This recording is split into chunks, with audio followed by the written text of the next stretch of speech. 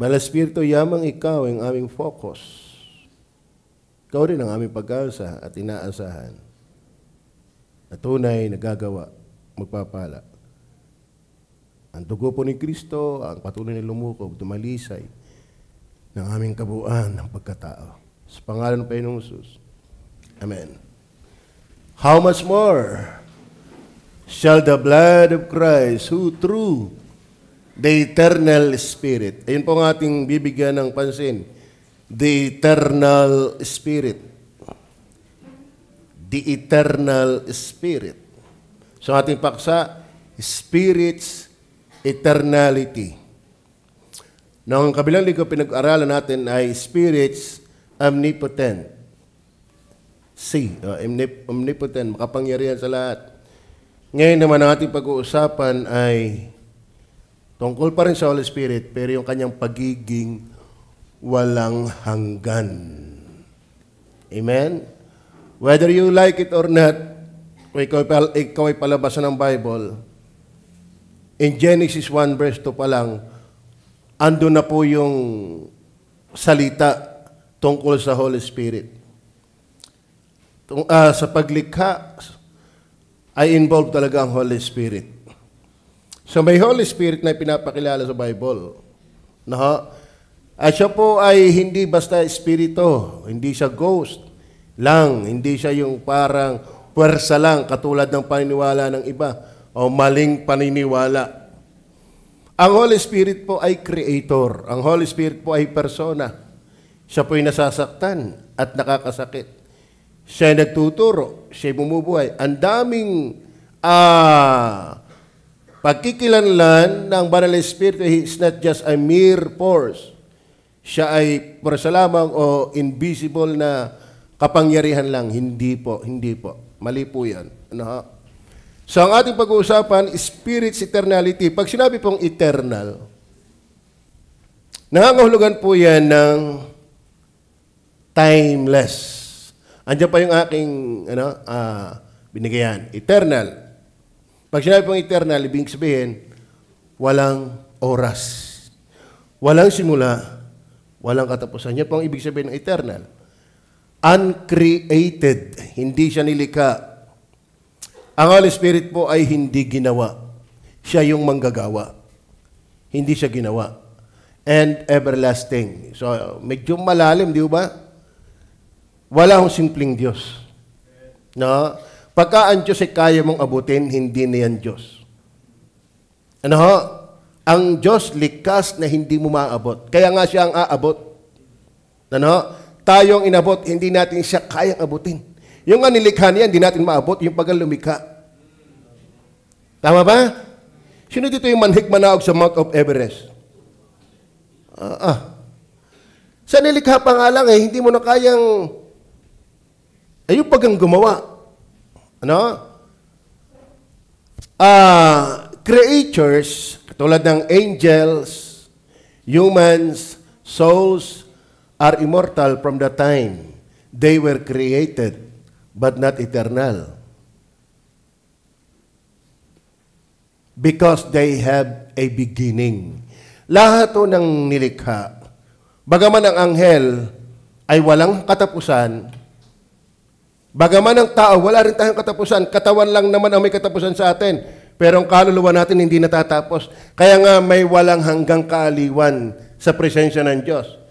Pag ikaw ay nagsisi ng iyong mga kasalanan, nanampalataya ka kay Kristo, meron kang buhay na walang hanggan sa piling ng Diyos. Na doon hindi na mamamatay, wala nang kulubot, wala nang kapintasan, wala nang problema. Ang problema doon, wala kang problema. Yun ang problema doon, wala kang problema. Sa langit yan. Kasi, ang ating kaluluwa, wala yung katapusan. Pero may simula. Amen? Ang anghel, wala rin katapusan, pero may simula. Yan ang kaibahan ng everlasting at ng eternal. Ang everlasting, may simula, pero walang katapusan. Pero ang eternal, walang simula, wala rin katapusan. Tayo everlasting, pero ang Diyos eternal. Ang Diyos, walang simula, walang katapusan. Amen? Ang ating kaluluwa, kailan tayo nagsimula? Nung likhain tayo ng Diyos mula sa alabok. hinihingahan ang butas ng ilong ni Adan at nagkaroon ng kaluluwang may buhay. So yung ating invisible part, yun ang ating immortal, yun ang hindi namamatay. At saka yun ang ating tunay na being. Nandun yung tinatawag na faculties of man. Kaya kahit ninyo, huwag niyo sabihin pagka namatay, tapos na lahat. Actually, mga kapatid, kapag tayo namatay, papasok pa lang tayo sa tunay na klase ng buhay. Hindi ho nawala ang pakiramdam ng mayamang nasa impyerno. Nakita niya si Abraham, nadama niya ang hirap ng init ng apoy. So, ibig sabihin mga kapatid, itong ating katawan, kaya may 5 senses, na andito pa yung kaluluwa. Alisin mo ang kaluluwa, wala na nararamdaman yan. Ibig sabihin, ang tunay nating pagkatao, yung ating soul. At yan yung hindi namamatay. Pag dyan ay naligtas, walang hanggang ligaya sa piling ng Diyos. Pero pag ikaw ay matigas ang puso mo at ayaw magsisi, walang hanggang pagdurusa sa impyerno. Bakit? Ang soul ay hindi namamatay. Are you with me? Kaya sabi ng Bible, huwag kang matakot sa pumapatay ng katawan, pero hindi pumapatay ng kaluluwa.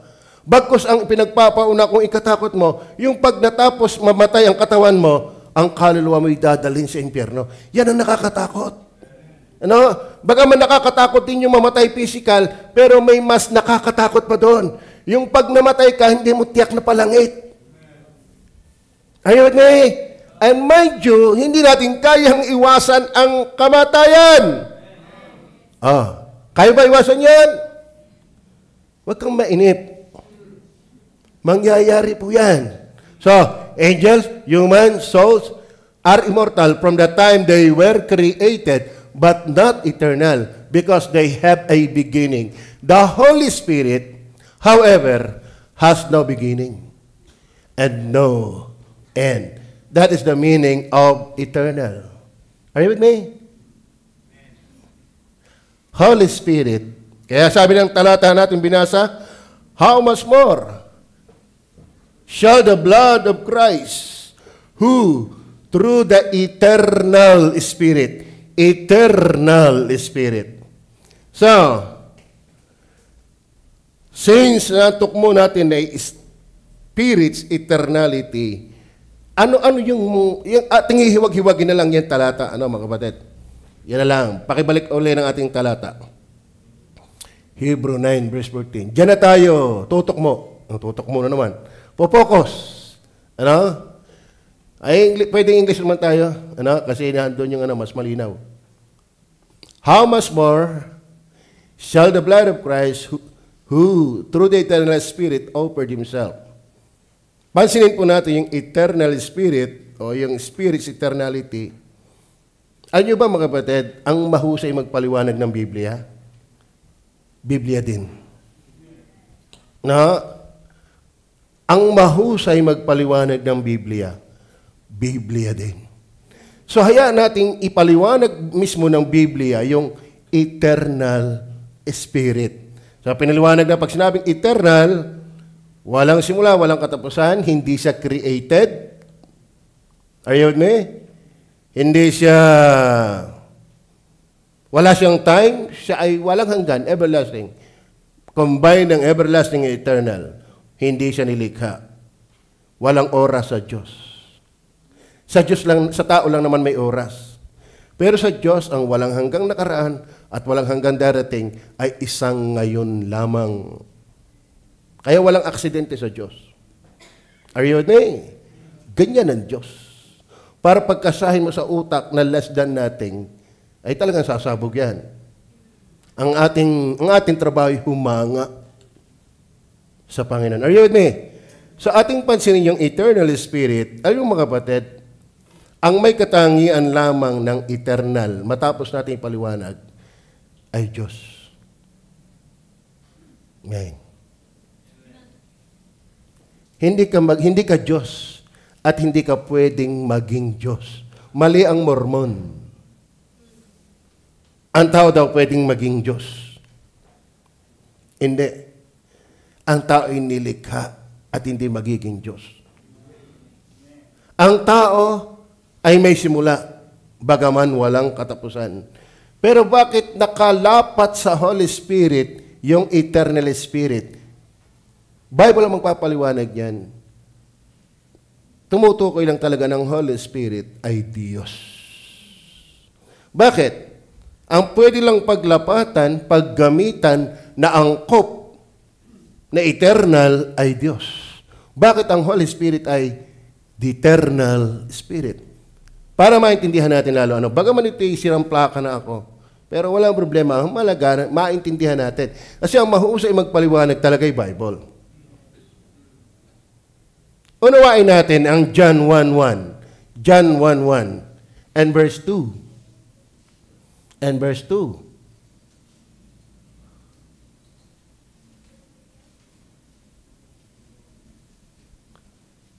Okay. In the beginning was the Word. Was the Word. Nang pasimula ay ang salita. And the Word was with God.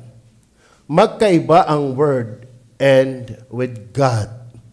Tama. Ang ibig sabihin, ang salita at ang Diyos magkasama na. Tama. Now, nilinaw yung Word ay God. In the beginning was the Word, and the Word was with God, and the Word was God. Stop muna tayo dyan. Para maintindihan natin kung ano yung Word. Tingnan po natin ang Revelation 19 verse 13. Revelation 19 verse 13. Babalik ulit tayo dyan. Yan natin ang Bible magpaliwanag ng eternality. Idadays natin yan sa Holy Spirit. And He was clothed with a vesture deep in blood. Si Christ po yan. And His name called, ano? Anong pangalan ni Kristo? Anong pangalan ni Kristo? Anong pangalan ni Kristo? The Word of God. Meron ka namang pangalang Word of God. Meron yan, oh. Yan. Sa Bible nga, merong Tubal ang pangalan. Nabasa niyo na ba yung pangalang Tubal? Pag kayo ay nagbasa sa Nehemiah, may pangalan nga diyang Buni. Kaya pag ikinabasa doon, mangangati ka talaga. May pangalan doong Buni. At saka si Sambalat. Kala mo yung mga pangalan noon? Nakakapangamot. Ang pangalan ay si Sambalat. At saka si Buni. May Buni nga rin tayo dito. Wala na yung ano eh. Okay. Yung aking barbero ng bata pa ako, ang pangalay si Kabalita. Ang pangalay si Balita. Ano? Ngayon, the Word of God. Isa sa pangalan, mga pangalan ni Kristo, Word of God. Balik tayo sa John. Balik tayo sa John. 1:1. In the beginning was the Word. Kanino pangalan yung Word? So, sino tinutukoy na Word dyan? Hindi yan part of speech. Hindi yan salita as in ako'y nangungusap. Hindi yan. Kasi pangalan yan eh. Kaya pagdating nga doon sa verse 1 and verse 2, nilagyan niya ng pronoun. Him. So hindi talaga siya yung as in part of speech. Hindi siya talaga yung word as in salita. Kundi pangalan ni Kristo. Kanino pangalan yan? In the beginning was the Word. Ibig sabihin, nang pasimula pa, ando na si Kristo. Wala pa ang mga nililikha before the beginning begin. Andiyan na yung Word of God. Andiyan din yung Holy, ang Father. Kita niya, in the beginning was the Word, and the Word was with God. And the Word was not just divine, God. Pinalalabas ng essence ng iba yan na divine. Banal lang. Pero God talaga ang emphasis dyan. Verse 2. The same was in the beginning with God. Ibig sabihin, kasabayan na ang Word of God ng God. Sa eternity, meron ng umiiral ang God and the Word. Tama? Pero bakit ang tawag sa Holy Spirit ay eternal Holy Spirit? Ibig sabihin, hindi lang ang Word ang eternal. Hindi lang ang Father ang eternal. Dahil, bakit? Ang tawag mismo sa Holy Spirit ay eternal. Ibig sabihin ito, mga kapatid, In the beginning was the Word. Ibig sabihin, nasa simula, ando na ang verbo. Ando na din ang Ama. What do you think? Ando na din ang Holy Spirit? Bakit? Kung ang Ama ay walang hanggan, kung ang Anak ay walang hanggan, bakit sabi ng Hebrew 9:14, siya rin ay walang hanggan? Let the Bible by itself explained. Tama? Ang magaling magpaliwanag mismo ay Bible. Amen? Wala pa ang lahat, ando na ang Word. Wala pa ang lahat, nando na ang God. Pero salamat, andun din ang Holy Spirit. Therefore, mga kapatid, Hebrew 9:14, Spirit eternality speaks about deity of the Holy Spirit. Deity of the Holy Spirit. Tingnan nyo ha, Matthew 11:27. Matthew 11:27.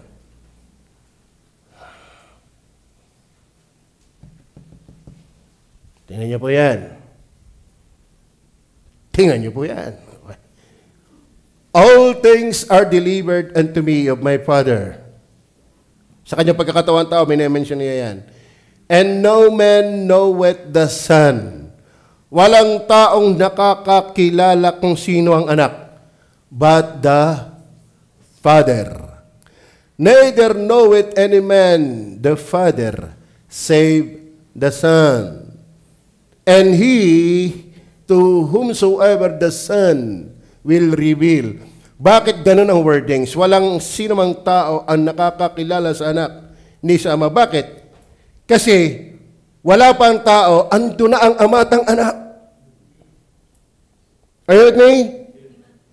Bago pa magkaroon ng makakakilala, ando na yung kikilalanin. Tama ba? Kaya walang nakakakilala kung sinong eksakto ang ama na tao, kundi ang anak. Ganyan din vice versa sa ama. Bakit? Sila talaga yung magkaunabayan. Sila talaga yung parihong sabay-sabay na umiiral sa walang hanggan. Lumalabas na ang ama at ang anak walang hanggan. Ay ang Holy Spirit walang hanggan din. Klaro ba? Ibig sabihin, ang Diyos na umiiral, na hindi pa lumilikha ng lahat ng bagay, kasama ang mga anghel, kasama ang mga tao, kasama ang lahat ng planets, nando na yung manlilikha, na nagpapakilala, Ama, Anak, at Espiritu Santo. Bakit? Kapwa sila nagtataglay ng eternal nature. Klaro? Amen? Huwag kang maniwala na mananamba ka ng ama na hindi ka mananamba ng anak. Huwag kang maniwala na ikitunay na mananamba ng ama at ng anak na hindi ka mananamba ng Holy Spirit. Sapagkat ang Diyos na pinapakilala ng Biblia na iisa ay tatlong persona. Amen. Tama ba? Kayo ba'y nakakita ng jeep?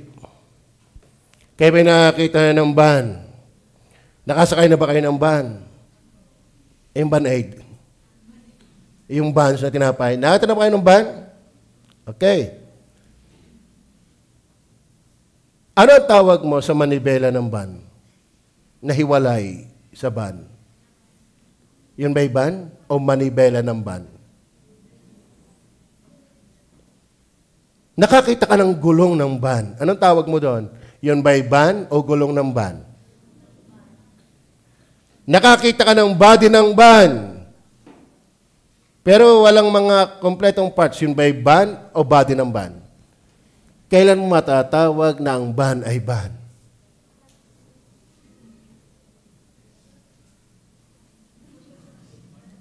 Pag magkakasama ang sangkap. Naintindihan niyo ba yan? Ano kayo maganda pa illustration dyan?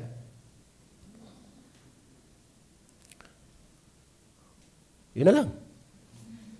Anong punto ko? Pagka-body lang, hindi yan ban. Pag manibela lang, hindi yan ban. Pag ama lang, hindi yan Diyos. Pag anak lang, hindi yan Diyos. Pag Holy Spirit lang, hindi yan Diyos. Para matawag na Diyos, dapat kumpleto.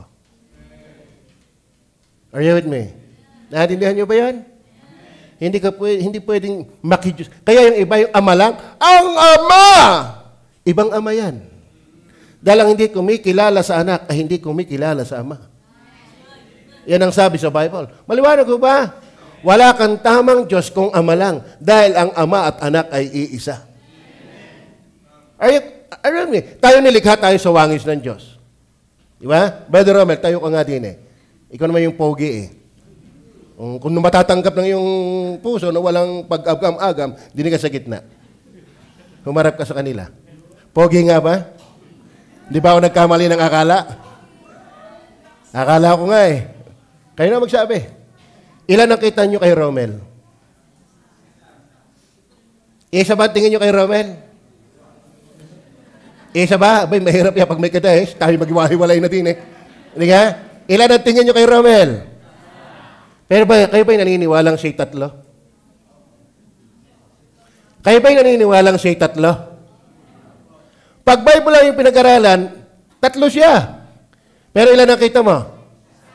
Ba't siya nakita tatlo? Romel, ikaw ba'y naniniwalang may kaluluwa ka? Oh, kita mo yan, mukhang kaluluwa na nakikita natin. Ikaw ba'y naniniwalang may kaluluwa ka? Naniniwala ka ba may espiritu ka? May naniniwala ka may katawan ka? Pero ilan na nakikita mo sa kanila?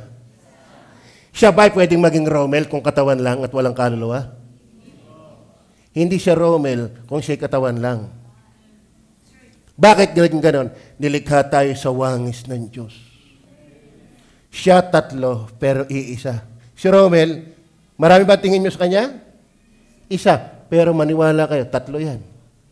Eh ngay binabangungot pagkagabi, naglalakbay ang kanyang kaluluwa. Bakit? Totoo sa Bible. Pakabanil kayo ng Diyos ang inyong kaluluwa, espiritu at katawan. Si Romel, iisa tingin nyo. Pero tatlo siya. Ang Diyos iisa, pero tatlong bumubuo. Ang Ama, ang Anak, at Espiritu Santo. Si Kristo ay bulaang Romel. Si Romel ay hidwang Romel. Kung katawan lang, siya. Ang Ama ay hindi pwedeng tumayong Diyos lamang kung wala ang Anak. At kung walang Holy Spirit. Ngayon, ang Ama at Anak magkasama na sa walang hanggan. O sige, pakitayo na. Hindi mo kayang walang hanggan tumayo. Okay, pakiupo na pala. Ang Ama at Anak ay magkasama na sa walang hanggan. Pero bakit ang tawag sa Holy Spirit ay eternal Spirit? Therefore, ang bumubuo talaga ng Diyos, ng iisang Diyos, ay parang iisang Romel, pero tatlong sangkap. Amen? Ang hindi naniniwala ang tao may kaluluwa, huwag ka na rin maniwala sa Bible. Ang hindi naniniwala ang tao may espiritu, huwag ka na rin maniwala sa Bible. Bakit? Bible lang may sabi eh. Ngayon, ayaw mo maniwala na si Kristo Diyos, may ka pa naghahawak ng Bible. Amen? Kaya hindi lahat, kita nyo ha, ako nagtuturo ng chess. Dito, pinupuntahan tayo. Pero ako magsasabi, hindi lahat na may hawak ng chessboard marunong maglaro. Tama? Kaya huwag kayong magtaka, hindi lahat ng reliyon may hawak ng Bible marunong dito. Bakit? Maraming reliyon, natanggi diyan. Pero the point na sinabi ng Bible, eternally Spirit, therefore, siya ay co-eternal of the Father and of the Son. Klaro ba? Therefore, ang Diyos na pinapakilala ng Biblia, na iisa, ay iisa sa pagiging nagkakaisa. Not absolutely one. No ikasal ang lalaki at babae, ang tawag sa kanila ay isang laman. Isang laman. Nangangahulugan ba si Albert at si Eloy, iisa na? Nangangahulugan ba ako sa si Madam, iisa na? No, magkaisa. Tama? Kaya hindi lahat ng isa as in isa. Meron kasing ideyang isa sa pagiging eternally united. Klaro? So, not only deity of the Holy Spirit, pag pinag-uusapan natin is Spirit's eternality. Tingnan pa natin ulit, balik tayo sa talata. Sa Hebrew 9 verse 14. Ay mga batid, huwag nating isa-set aside ang Holy Spirit sa pagsamba. Hindi katunay na mananamba ni Jesus at ng Ama kung set aside ang Holy Spirit. Kasi ang Diyos na sinasamba, para maging tamang Diyos, dapat yan tatlong iba't ibang persona sa isang kadyusan. How much more shall the blood of Christ, who through the eternal Spirit offered Himself. Number 2, not only speaks about deity of the Holy Spirit, but also direct Christ offering.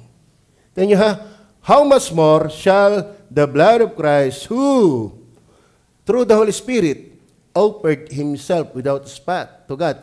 Yung palang Panginoong Jesus na nagbigay ng kanyang dugo, mga kapatid, na siya po ay nakapaghandog ng kanyang buhay na walang kapintasan ay dahil sa kapangyarihan ng walang hanggang Espiritu.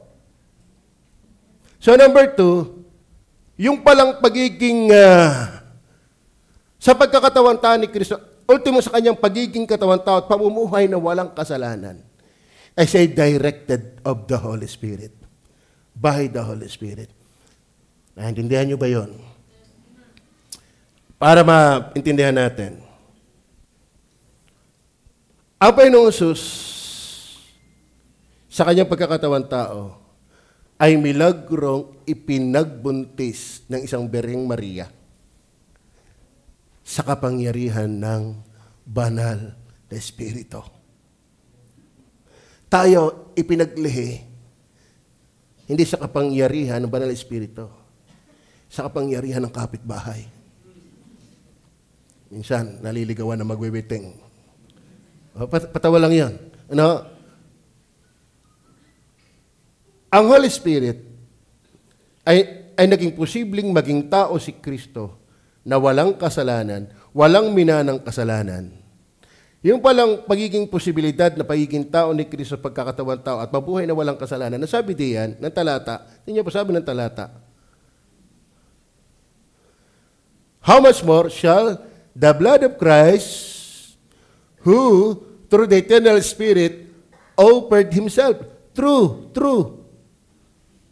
offered Himself without spot. Kaya pala naging posible din na walang kasalanan si Kristo, walang kapintasan si Kristo, ay dahil ng Holy Spirit. Sa madalit sabi, naging posible ang manunubos na walang kasalanan dahil sa kapangyarihan ng banal na Espiritu. Amen? Alam ba kung bakit tayo bat-bat ng hiwaga ng kasalanan? Hindi naman tayo pinanganak sa kapangyarihan ng banal na Espiritu. Tayo ay nagmana ng kasalanan sa lahi ng lalaki at sa lahi ng babae. Walang matuwid, wala kahit isa. Pero bakit si Kristo hindi nagkasala? Walang pula, walang datos, wala ni kudlit ng kasalanan. Bakit? Sa kapangyarihan ng banal at walang hanggang Espiritu. Meron ba? So, hindi lang tumutukoy ito sa deity of the Holy Spirit, kundi siya rin ang nag-direct sa Christ offering.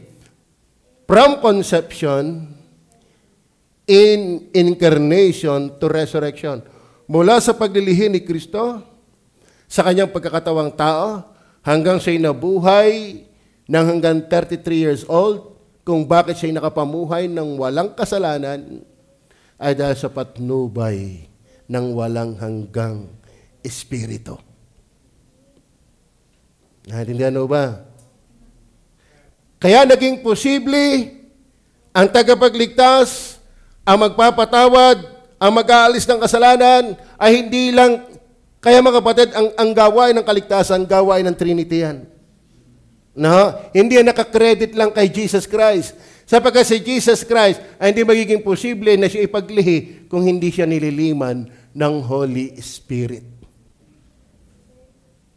Amen? So, si Jesus Christ ay hindi ang Ama, ay si Joseph. Siya'y pinaglihi sa kapangyarihan ng Banal na Espiritu. This means, mga kapatid, the Holy Spirit empowered and sustained Jesus in His human nature during His suffering and death. Ang Banal na Espiritu ang nagbigay ng lakas, nagsustintina ng lakas sa Panginoong Hesus, sa kanyang pagkakatawang tao, sa kanyang paghihirap hanggang kamatayan. Ganong kabigat ang dinala ng ating Panginoong Hesus. Niwala siyang maktol sa puso. Ayun ni, para siyang tupa sa patayan na hindi man lang nagreklamo. Mga kapatid, yung luran ka, mahirap hindi magreklamo doon. Yung inulawaran ka sa mukha, siguro ang una ko yung reklamo, nagtutbrush ka ga. Meron yun. Siya'y sinampal, siya'y sinuntok, siya'y kinoronahan ng tinik. Ano ba yung korona ng tinik na yun? Mahabang korona matitigas. At galit yung sundalo ng Romano sa kanya. Hindi ho yung dahan-dahang inilalagay sa ulo. Yun ay, bigla yun. Kaya alam niyo masabi ng siyensya, ang tao'y kaya mong paliguan ng kanyang sariling dugo sa ulo mo padaanin. Mas mabilis daw bumulwak ang dugo pag sa ulo na dumaan. Kaya imagine ang Panginoon, grabe ang kanyang pinagtiisan, mga kapatid. Amen. Para lang ikaw ay mag-backslide matapos kang iligtas. Amen. Na para isang araw ikaw ay hihilahin pa rin matapos kang maligtas. Nakakahiya. Yan ba ang bunga ng ginawang sakripisyo ni Kristo? Lahat na ng lupit. Bakit? Ano po sabi ng Isaiah 53 verse 1? Ang naging anyo ni Kristo ay mukhang walang mananasa. Bakit? Sinuntok, niluran, binugbog, kinoronahan ng tinik. Hinaplit, alam niyo ba yung kima? Ang una, hampas lang. Alam niyo ba, may batas ang Hudyo na kapag ikaw hahampas, ano yun? 39 ba yun? 4 na po, pero hindi lalampas. Kasi pag lumampas, ikaw naman napapaluin. Kaya ginagawa nilang 39. Pero mga kapatid, ako hinawala, out of control na yun.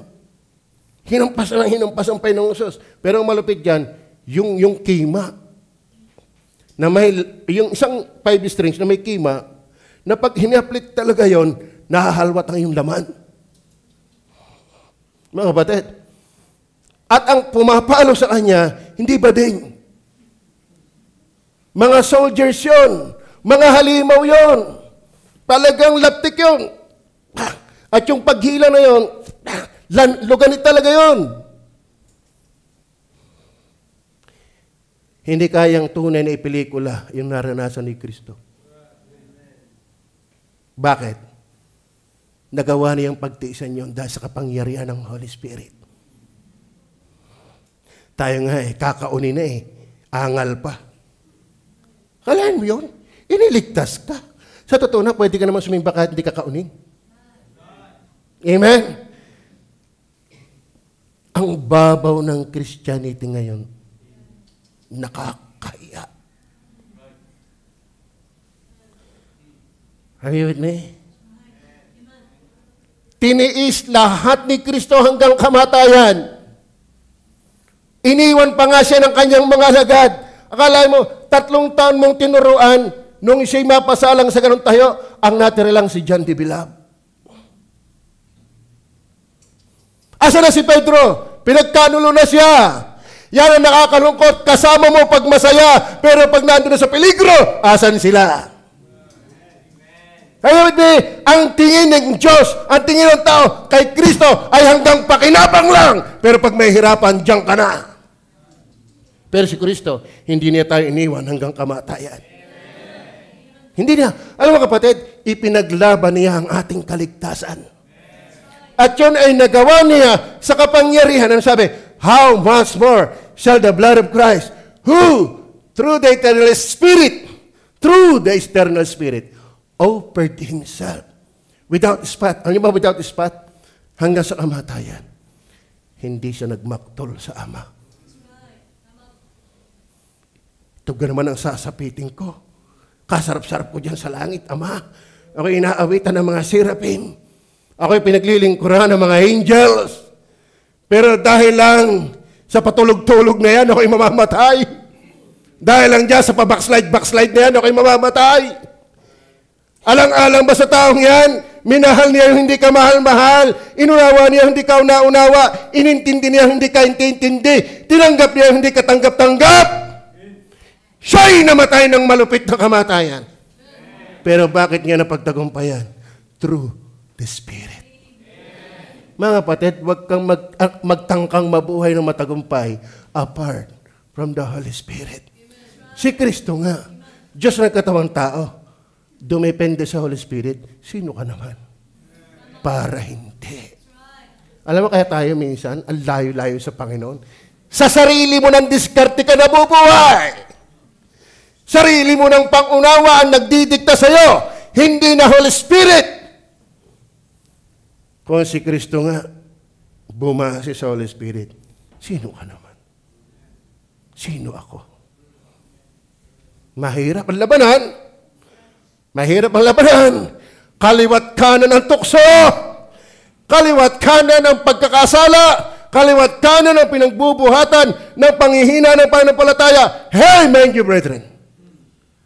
Kapag lumayo ka sa source of power na pinagkunan ng Kristo, talo na tayo. Si Kristo ay naging matagumpay dahil siya'y dumipende. Huwag kang dumipende sa pera mo. Huwag kang dumipende sa taas ng pinag-aralan mo. Huwag kang dumipende sa anyo mo. Bakit? Mas maganda sa iyo si Lucifer. Mas maganda, mas magwapo sa iyo si Lucifer. Pero pinapangit ng lumayo sa Diyos. Are you with me? Are you with me? Kalungkot, naggagaling-galingan tayo. Saan maabot yung iyong gusto? Are you with me? Ito pa malupit. Alam niyo ba kung bakit ang pusa nakakahuli ng maraming ibon? Naintindihan niyo ba yan? Nung kami bata pa, inaagawan namin ang pusa ng tikling, lalo pag kami walang pang-ulam. Bakit? Magaling manghuli ang pusa. Bakit? Nakakalapit siya ng hindi niya alam. Mind you, mahina ang ating discernment. Makakalapit si Satanas na hindi mo alam. Akala mo spiritual ka pa. Akala mo okay ka pa. Nangangatwiran ka na ng tingin mo, akala mo ayos. Akala mo ayos. Maraming namamatay sa maling akala. Pero magpapaunawa sa iyo ng dapat mong akalain ay Holy Spirit. Paano kung wala ka dyan? Are you with me? Kaya tayo, napakahina. Kaunting hirap, angal. Alam mo, naiintindihan ko naman tayo mahihirap. Naiintindihan ko yan. Sa totoo na, marami member sa atin mahihirap. Si Rolly lang naman mayaman dito. Di nga? Alam ko, mahihirap tayo, di ba? Naiintindihan ko yan. Pero bakit still, ang pagtuturo ko sa inyo hindi sumali sa business? Hindi tayo mag-rap-rap ng ganun. Bakit? Magiging masaya ka kahit mahirap pag malapit ka sa Diyos. Dahil hindi naman automatic mayaman masaya. Are you with me? At mas maluag ang biyaya pag maayos ang iyong relasyon sa Diyos. Pero hindi lahat na nagkakamal ng lupa ganun katiwasay. Kaya tama pa rin ang pangangaral ko sa inyo. Seek ye first the kingdom of God and His righteousness, and all these things shall be added unto you. Huwag kang magkakamali. Iwanan mo ang tama ng dahil sa mga mali. Si Kristo hanggang kamatayan, nagpailalim sa Holy Spirit. Kaya naman siya'y pinarangalan ng Diyos nang higit sa lahat. Ano pa sa kanyang pangalan? Lahat ng tuhod ay luluhod at lahat ng dila ay magsasabing si Kristo ay Panginoon. Bakit? Natuto siya magpakababa, kaya siya naman ay itataas. Huwag kang maggaling-galingan. Huwag kang akala mo kung sinong marunong. Yung iba ngay may naabot na, nababa pa, ikaw namang nangangarap pa lang. Ang laki ka ng asbag ng tao sa buhay. Madaling masilaw sa kaunting bagay. Samantalang si Kristong iniwan ay kalwalhatian. Are you listening? Are you listening? Kapag ang mensahe ng Diyos hindi ka napapahiya, hindi ka nakinig na mensahe ng Diyos. Are you with me? Mga pamilya, huwag mong ipagbida sa akin na magtatagumpay ka dahil mayaman ka. Maraming mayayamang pamilyang giba. Ang Diyos pa rin ang kailangan ng pamilya. Estudyante, huwag mo sasabing matalino ka. Paano kung hindi ka na ibinangon ng Diyos kagabi? Amen? Laging Diyos ang kikilalanin sa lahat. In all thy ways acknowledge Him, and He shall direct thy paths. Don't feel like somebody. Si Kristo ay nagpakababa, ikaw. Actually, mga kapatid, ang bagay sa pagpapakababa, si Kristo, bakit? Mataas siya eh. Sa totoo na, ang bagay paglapatan ng pagpapakababa ay si Kristo. Bakit? Siya'y napakatayog, kapantay ng Ama. Yun ang pagpapakababa. Tayo, bakit sabi ng Diyos magpakababa? Hindi dahil tayo mataas. Tayo'y mapagmataas. Naintindihan niyo ba yun? Hindi tayo sinasabihan magpakababa dahil sa ikay mataas. No! Kaya ikay pinagpapakumbaba, prideful tayo. Pirat din naman ang ilong kung makapula sa ilong ng iba. Tama ba? Ukbadi naman kung makapula sa kulay ng iba. Tatandaan ninyo, we are less than nothing. Yamang salabok ka ng galing. Salabok ay babalik ka rin. Hindi tayo ginawa mula sa brilliant, ano yan? Kristal. Tawag yan? Diamond. Hindi tayo ginawa kahit man lang sa pilak. Hindi tayo ginawa kahit man lang sa yakal. Tayo kinuha mula sa alabok. Are you with me? Amen? Anong meron sa alabok? Para magyabang. Si Kristo nga manlilikha, nagpakababa. Sino ka namang alabok kalaang? Do you feel what I feel? Nakakasulukasok. Nakakaiyamot. Yung mga taong pinagkatiwalaan lang ng Diyos ng konti, feeling somebody. Ba, hindi mo naman pasimba Ano ka, Diyos? Shame on you. Amen? Ano ka? Pagkaari ka pa rin ng Diyos, hindi ikaw ang may-ari. Palupa ka pa rin lang ng Diyos, hindi lupa mo yan. Binibigyan ka pa rin lang ng Diyos ang buhay, hindi ikaw ang source of life. Are you listening? Are you listening? Alam niyo po, ang kamangmangan, ang kasalanan, pag lumayo ka sa Diyos, lumapit ka sa kamangmangan. Lumayo ka sa liwanag, kulapol ka ng kadiliman. Alisin mong katotohanan, tatambakan ka ng kasinungalingan. Isang araw na nakaupo ngayon, pag hindi ka naging maingat, hindi tayo dumepende sa Holy Spirit, isa ka pa rin wala dito isang araw. Walang matibay sa atin. Walang malakas sa atin. Alala ko yung isang taong nangangawil. Nakakita din ng kapwa mangangawil. Bigay itong kanyang kapwa mangangawil, ang dami ng huli. Siya'y walang kahuli-huli, kahit isang butete.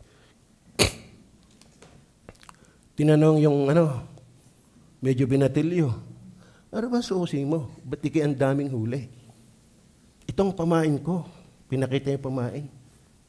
Pero hindi pa nagtatagal, bumulagta yung bata.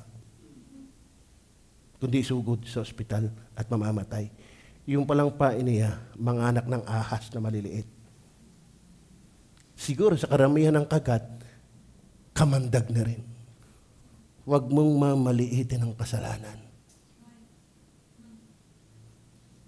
Pag maraming kagat dyan, mamanhitin ka na yan. Yung tama sa iyo dati, ngayon pinangangatwiran mo na. Yan na nagsimula sa pautay-utay na pagliban, sa pautay-utay na hindi pagbabasa, sa pautay-utay na hindi pananalangin, sa pautay-utay na hindi pagsimba, sa pautay-utay na hindi pagbibigay. Yang kautay na yan, isang ahas na yan ang katumbas. Panhid ka na sa pangungusap ng Holy Spirit. Walang malalang pagbagsak na hindi mo na nagdaan sa pakagat-kagat. Bago ka publicly makitang mahina, kinalawang ka muna privately, utay-utay. Huwag mong mamaliitin ang paliban-liban. Huwag mong mamaliitin ang pasala-sala. Iiyak mo yan. Sa bawat kasalanang naisip, bawat kasalanang nagawa, bawat kasalanang nasalita, hey, if I were you, repent, weep for your sin, or else. Isang araw, wala na rin ang mukha mo dito. Siya nag-aakala nakatayo mag-ingat. Baka siya'y mabuhal. Are you with me? Are you with me? Nakakalungkot yan eh. Isang araw, yung tama sa paningin mo, hindi na tama ngayon. Bakit? Nautik-utik ka na ng maliit na ahas. Lahat ng prinsipyo mo, isang araw ikaw ang kakain. Lahat ng minamahina mo dati, para yon! Isang araw, ikaw yan. Pag lumayo ka sa Diyos. Kaya huwag kang maglakas-lakasan sa iyong sariling galing. Si Kristo nga na i-offer ang kanyang sarili through the Holy Spirit. Ako, ikaw, tayong lahat, makakapagpatuloy hindi sa galing, kundi through the Holy Spirit. Let us worship together the Holy Spirit. Let us acknowledge the presence, the person, the deity of the Holy Spirit. Let us give all our trust to the Holy Spirit. Are you with me? Dahil si Kristo nagbigay ng ehemplo. How much more shall the blood of Christ, through the eternal Spirit, offered Himself without spot to God? Na kung saan yun ang nag-purge ng ating conscience from dead works. Mga kapatid, kung walang Kristo sa pagkatawang tao nagtiwala sa Holy Spirit, walang tao maliligtas. Bakit? Walang tagapagligtas. Amen? Kaya tayo, kung pagpalain naman, sabi nga ng 3-point shooter nakashoot. Daig pa tayo ng mga player Amen? Pag nakashoot ng 3-point si turo sa itaas huwag kang yayabang. Alam mo saan, kahit hindi ko mimik na mayabang, halata yan Alam mo ang diwa ng yabang, hindi ka na mapasunod ng Panginoon. Yan na ang espiritu ni Satanas. Nagumapang sa iyong hindi mo alam. Are you listening? Pero si Kristo, hanggang kamatayan. Alam niyo po, ang Diyos, hindi sa simula lang sa Diyos. Kaya magpatuloy ka, huwag kang magaling lang sa simula. Dahil si Kristo ay Alpha and Omega. He is the same yesterday, today, and forever. Si Kristo hindi simula lang. Hindi lang sa kalagitnaan. Kaya huwag kang titigil ng pagsunod sa Diyos. Huwag kang mahusay sa simula lang. Dahil ang Diyos ay hanggang dulo. Tapos yabang-yabang mo, kalami kung sino magsalita, hindi ka naman nakikita ni anino mo. Mahiya ka sa kalis mo. May katwiran. Bet ka gumawa na ikakatwiran mo ngayon. Dati naman hindi katwiran sa iyo yan. Amen? Yung gumagawa nga kinakatwiran mo ngayon, ipinupula mo yan sa iba dati. Para yon, hindi ka makasimba. Bakit ngayon hindi ka makasimba? Para yon. Kaya pula ka ng pula, isang araw pala, ikaw naman palang gagawa niyan. Are you with me? Are you listening? Kaya lahat biyaya. Ang malungkot pa na yan, nagiging adobe. matigas. Alam mo kung ikaw saan titigas? Sa tama, wag sa mali. Huwag kayo maninindigan din lang. Doon na sa tama. Wag sa mali. Pastor, mahirap na iwanan na namin. Si Kristo ngayon iwanan ng langit. Anong tumbas ng langit yan? Are you with me? Are you with me? Tayo may iiwanan, hindi para maligtas, kundi pagtanaw ng utang na loob dahil tayo kanyang iniligtas. Kung ligtas. Kaya huwag kang mag-ipon isang araw ng bagay na hindi ka na mapupuknat sa pagsunod sa Diyos. Kaya sabi ng Bible, mag-ipon ka ng kayamanan sa langit, huwag sa lupa. Bakit? Kung saan naroon ang iyong kayamanan, duroon ang iyong puso. Kapag ang Diyos hindi mo yaman, hindi mo siya pupuntahan dito. Klaro? Klaro ba?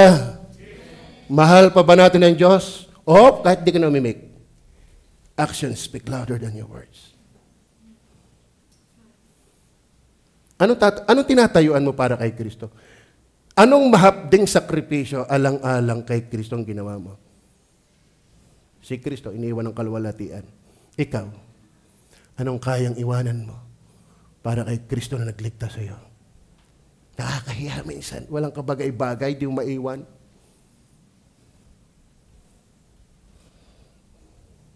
Hindi bababaw ang Christianity.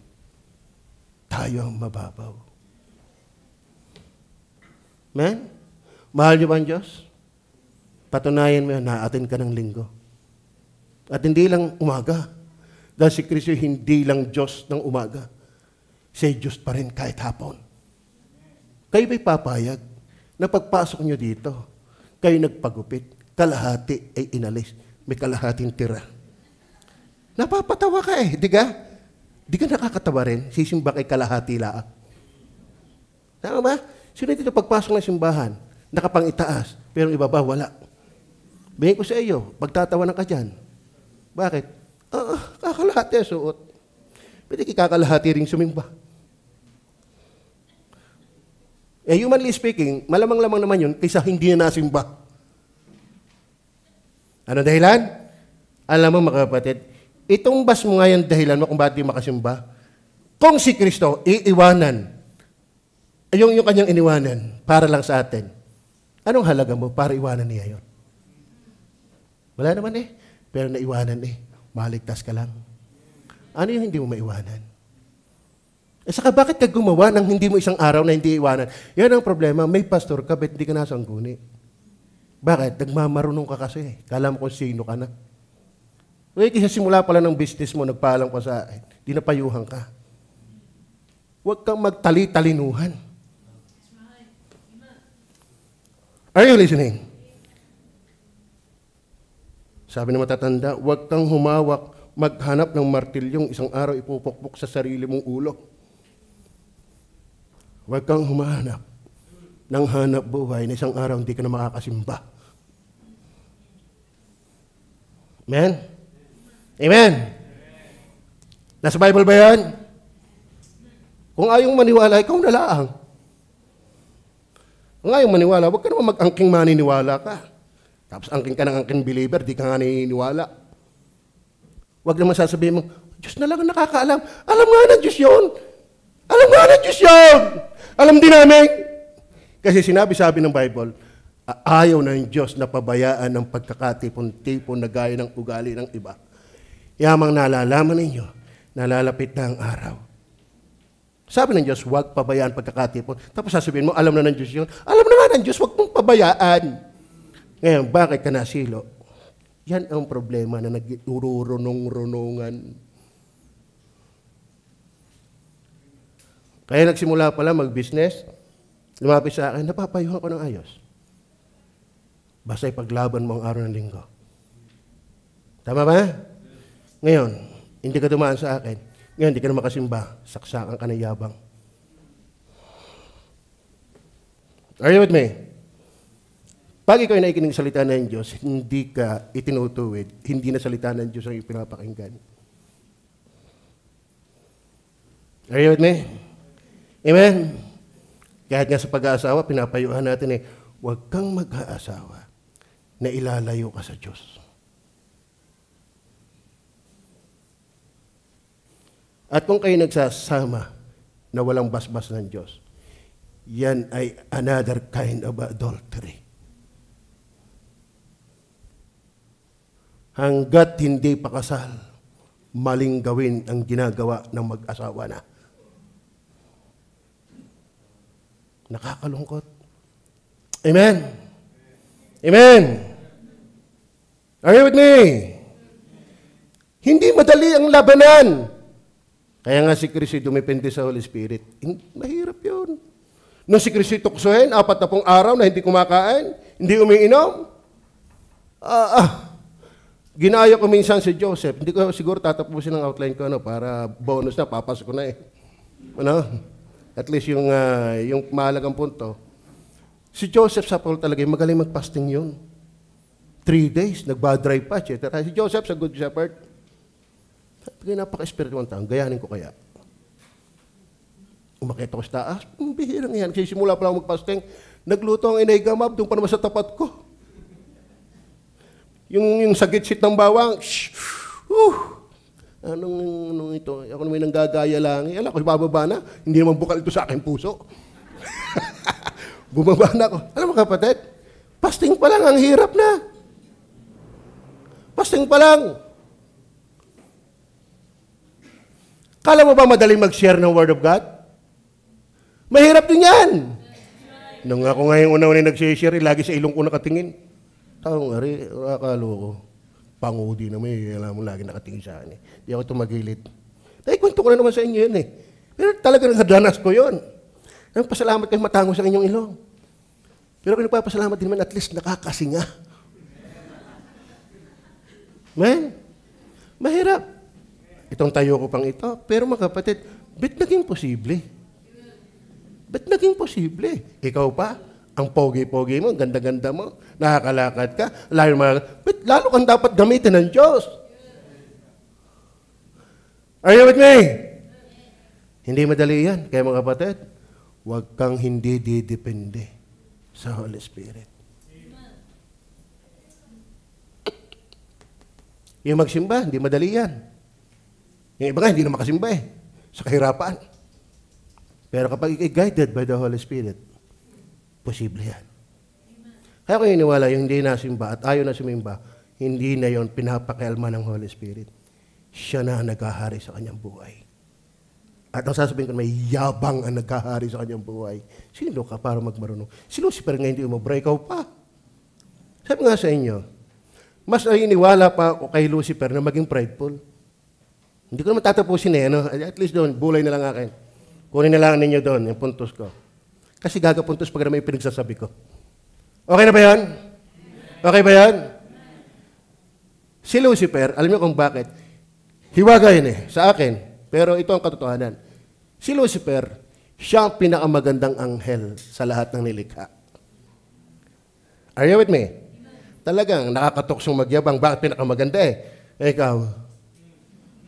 Totoo yabang na sarili mo O, tsura mo. Tama ba? Amen. Hindi ako nagtataka kung bakit nasilaw si Lucifer ng kanyang kagandahan para magyabang sa Diyos. Talaga namang aralin mo kanyang buhay. Wala nang gaganda sa kanya sa lahat ng nilikha. Kaya mas natatanggap ko pa yun Yung nasilaw sa kanyang kagandahan. Ikaw naman. Saan ka nasilaw? Amen. At alam niyo ba, pinakamatalinong nilikha ng Diyos sa mga anghel ay si Lucifer. Very brilliant. Si Lucifer. Ang galing niyan tumugtog ng flute. Kaya i-convert niya sa rock music. Kaya huwag kayong tatangkilik ng rock music. Satanic talaga yan. Kasi dati, musician, si Lucifer. Ngayon, nang mag-rebuild siya sa Diyos, i-convert yan sa rock. Body rock! Music! Body rock! Ito yung mga wild. Mga wild, kaya nga rock and roll. Pag-aralan niyo po ang ibig sabihin ng rock and roll. Yan ay kabastusan. Kaya huwag kayong magtangkilik ng rock music. Dating musician si Lucifer, ikinonvert niyan. Akalain niyo po ang Beatles, in just 5 seconds, nakaka-compose ng kanta. Kasi inspired by Satan.